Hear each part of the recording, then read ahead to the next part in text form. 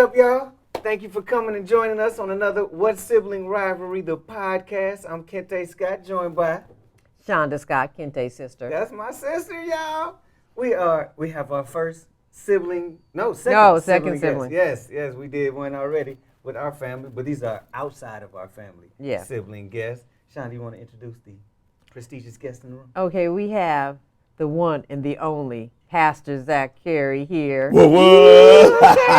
Okay. Definitely glow on. Okay, with his baby sister Jean Carey. couple of Oakland's finest. Yes, Oakland natives, born and raised in Oakland. We just jump right into it. Let Pastor Zack and Jean, how was it growing up with each other? Tell the truth. It was hell. It was hell with the heavenly. He tortured me. I always say that. My whole childhood. Wow, really? Okay, now let's hear the other side of the story. When I was younger, we used to have to say our prayers together. Uh-huh. And I never could. I'm the baby. Yeah. I don't remember all that. So he would go first. He said, "Mama, can I go first?" She said, "Go ahead." Now lay me down. Okay. Jean, it's your turn. Now I lay. Now I lay. For 45 minutes, she falls asleep on her knees. Down and lay. Yeah. So because she would be messing with me all day, I'm like, okay, we got to say our prayers at night. This is what's getting ready to go down when we get to our knees tonight. I'm going to say my prayers first, and you're going to get stuck. No, she didn't want to act right, so I had to get her at the end of the day. I kind of can see that dynamic. Just hanging out with y'all for the last 20 minutes. Yeah. I can see you don't want to be like, okay, all right. I got you. I'm going to hold all that ammunition in. I got you. What you call him, Jean? Big Brother Almighty? Big Brother Almighty. Hello. See, I always feel like, I only feel this way because my mom always feels that the big sister versus big brother relationships are totally different. Like the big sister with the little brother is different than the big brother with the little sister. Because a lot of times the little sister says how the brother like teased them. I guess, just because brothers are where the big sister might be more of a sister mama to the sibling, the younger sibling. But I'm the fourth of five. She's the fifth of five. So we have older siblings. Right. Mm-hmm. So we were at the bottom of the totem y'all was a pecking They order. forgot about us. Yeah. Right. So you guys were kind of like raised right. like two siblings, Two siblings. Right. They're older than us. Right. And so they would beat me down all the time. So the beat downs had to keep going Oh, down. yeah, the pecking order. That's the pecking He order. was waiting. Mama, you pregnant? Oh, yes. Excellent. I'm waiting. I don't care what remember it is. my mother being pregnant. I just know they came home from the hospital. That's hilarious. With a baby. I'm like, what is this? Yeah, He's you're still like, mad. He don't have, 'Cause he he's doesn't not the have young- any baby pictures. Oh. You don't have no pictures of Zach. what happened? It was the 60s, man. Oh, they didn't have no Everybody Polaroid else camera. had baby pictures but Zach. Even the ones before him? Mama black- say he was real ugly. Ooh. They want to forget about him. But that's what happens with siblings, because there's some siblings I know that Look at him, see? you was a late bloomer, huh? Yeah. Oh, yeah. I showed up, though. That's all that matters. Don't nobody care about them black and white. Yeah, right. I showed up. We were talking about people from high school, like you see people who you may have had a crush on in high school, peaked too and early. they peak too early, and then you see them later, and you may have been the late bloomer, and they're like, hey, remember? Yeah. And you're like, no, you didn't become who I thought you were going to become. So It was it's the high school reunions that are the the horror shows. Yeah. You gotta look into their soul to recognize them. You feel like I know you gotta look at their name badge with their picture With their on it. old Like, picture. that's you? You know me. Oh, no, baby, I forgot. I used to hang out in the 20 building. So it should be a compliment when people see you, haven't seen you in decades, and they still recognize you. Yeah, it's a compliment. Yeah, right. They could have drawn a picture of you in the 60s. They had etch a sketch or something. That's rude. They did have etch a sketch. The stick figure with your head on it. He That's had your one picture. picture. He was like this. I don't remember any pictures of you. Where are they? They're really cute. She You kept know. them. You know, she took them all with her. Yeah, she had to keep them. Evident. That was the highlight of her life. I was a cute baby. I had to keep baby pictures. She was cute all the way up to like 7 or 8. We ain't gonna talk about what happened after that. We can go there. We can leave that alone. Okay. Now, so, do you mind telling us how much older? Like, is it 3 to 5 years? I'm 3 years older. Okay, so how was like elementary school? Because our when we were growing up, it was don't leave your brother, meet him after school, walk up the hill with him, all this stuff. So it was like hill. We walked across the railroad track. It wasn't no hill, brother. But I mean, what was it? It was that same dynamic. So it's a funny story. He took me to school every morning. Every morning, and picked me up.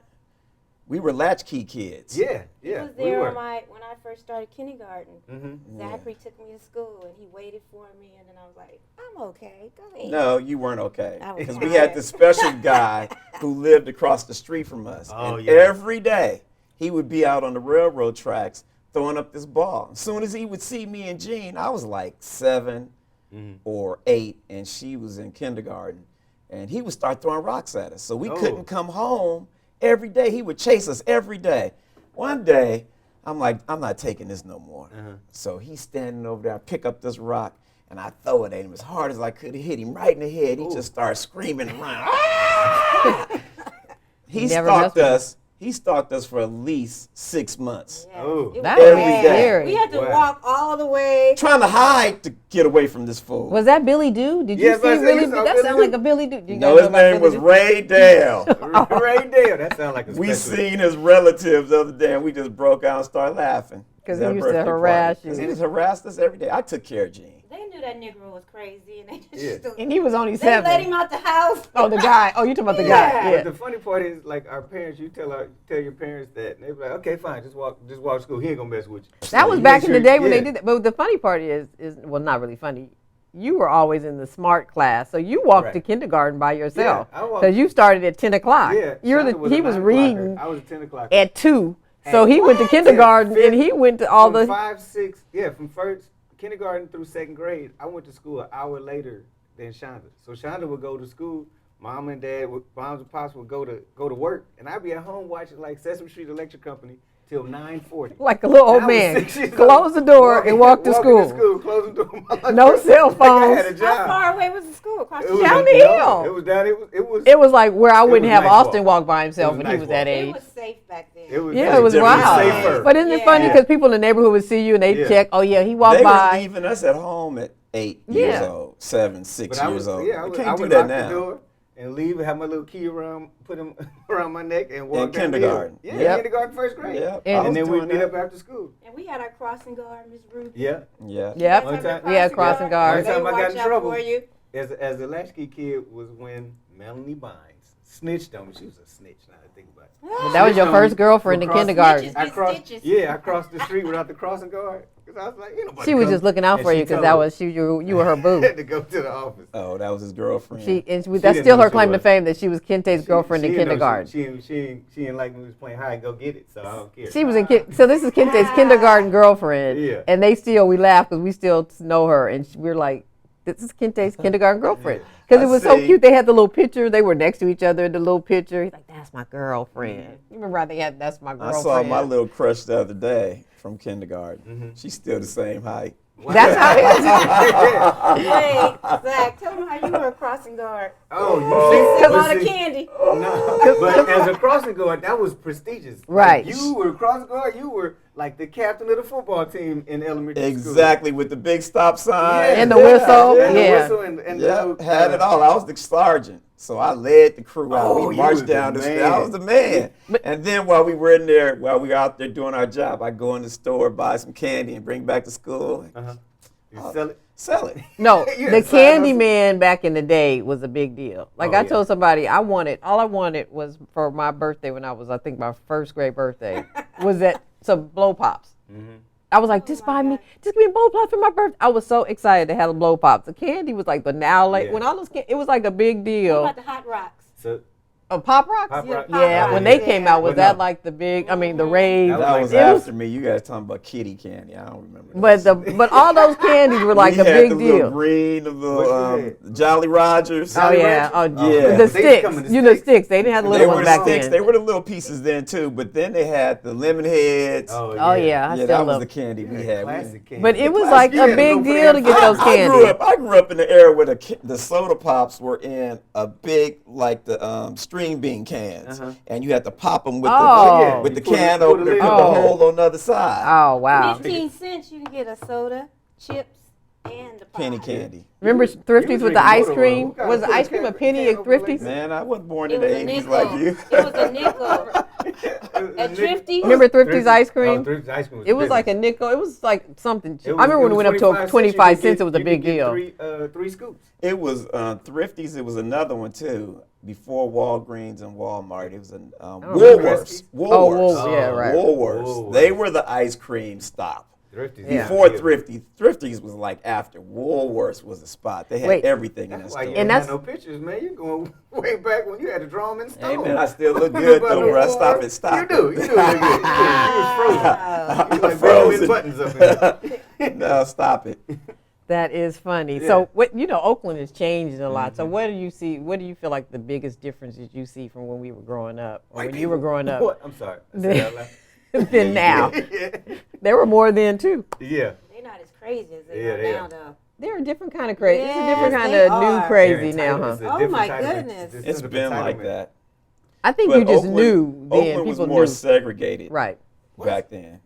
Yeah, you couldn't live in Foothill Square, Bancroft area, the foothills, those areas. Even East Oakland as in totality was all off limits for black folks. Black folks was designated to West Oakland. So it didn't happen until the 60s that black folks start moving into East Oakland, late 50s, early 60s. And then when we moved to East Oakland, then white flight occurred. So like Center of Hope, if you notice that church out in Castro Valley, which is the Three Crosses, that's where Center of Hope used to be. Oh. That was a white church. And all the churches moved, and then black folks started moving in. And then it was Portuguese and black folks. And then the Portuguese left. And so then it became all black, and that was like in the 70s. Yeah, because it's funny because I didn't even know that about Foothill, because we lived up the hill from Foothill Square. But our neighborhood had black and white people. That was in the 70s. Yeah, that was in the 70s, yeah. And they stayed there till they died. Yeah, my neighborhood was like that also. Yeah, but when we moved into our neighborhood, then they started leaving. Like our neighbors across the street behind us, everybody was white. As soon as we moved there, they were gone. Yeah, because that's what Mama would tell the story when they were looking for apartments or housing to stay when they came from Colorado. From Colorado, that they would get turned down. Exactly. Because she went straight east. She didn't even know about where to go. She's like, I want to go over here. Yeah. You couldn't go to the Grand Lake Theater or to the Paramount. You can go to any of those places. That's crazy. Cause that's right here in Oakland. Grew up. We just hung out in Grand Lake Theater. And West Oakland was the mecca for the West Coast for black folks. Yeah. Everybody came to West Oakland. Anybody that was somebody came to West Oakland. And so that's where, the whole heart of the community was. And that's where the Panthers started, in West Oakland. Their whole hub was in West Oakland because that's where they had the free lunch programs. It was on the West Oakland. Well, it was 7th Street. Yeah. 7th Street had theaters, restaurants, hotels, ballrooms. They had concert venues. It was like a West Coast Harlem. It was the West Coast of Harlem. If you talk about the culture of black people in California, then you got to talk about L.A., which black folks started L.A. Yeah. But the real culture of California is right here in West Oakland. Wow. Yeah. Because when we were growing up, it was close to 50% African American. So it changed over. What and is now it's 24 or something percent. Wow. So now when you look and you see people moving in and moving out, it's the reverse. Now your neighbors may have been African American, and now the person buying the house now won't be, is white. Well, people migrate. Yeah. And you go where you can afford. I mean, people call it gentrification. I don't really look at it as gentrification because they could have said that about us when we moved into East Oakland in the 60s. We gentrified the neighborhood. But it goes in cycles. So now people got to be aware that, people, like you notice, most people travel where the money is. But now the money is in Northern California, so we're gonna have a glutton of the population over the next decade or so until that market flattens out. But it's gonna be like this until the money runs out. Right. Well, I always say I don't see gentrification as a bad word. What's the issue? It's like if we gentrify our own neighborhood, that means you just upgrade your neighborhood. Like that's what we should have been doing. My mom was saying, had that vision 20 years ago. She's like, buy in West Oakland, buy blocks, have your friends buy together. Of course, I was never thinking I was going to be in Oakland. So I was like, I'm not going to be in Oakland. But to see that, even be here, God had another plan, I guess. So, but if so it's not a bad word. It's just that when you go in and then displace people, that's where there's a different problem. The displacement of and the changing of the culture, of right?